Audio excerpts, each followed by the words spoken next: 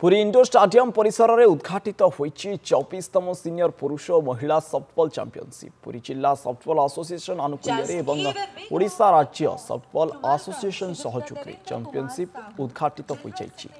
यह आसंता 30 तारिख पर्यंत चलिबो। एई चैंपियनशिप रे ओडिशार 22टी जिल्लारू 450 प्रतियोगी अंशग्रहण करिसेंती।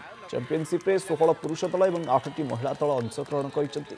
ओलंपिक्स रे सॉफ्टबॉल खेल स्थान पाइथिबारु एही खेलर भविष्य बेश उज्जवल। ओलंपिक पई एबेठारु प्रस्तुति आरंभ करिबाकू हेबो बोली आयोजक कहिसेंती। एही अवसर में राज्य सॉफ्टबॉल एसोसिएशन उपसभापति संजुबाला महांती युग्म संपादक चिन्मय पट्टनायक को संबर्धित करा जायतिला। स्टेट चैंपियनशिप रे आज ये 450 रु ऊर्ध्व आसी महिला और पुरुष 3 दिन 28 हाँ ये जो चैंपियनशिप होची एतिरे हमर जो ऑफिशियल्स तथा हमर जो पुराना खिलाड़ी माने जो अछंती इंटरनेशनल जो रिप्रेजेंट करछंती पुरी रु भी अछंती।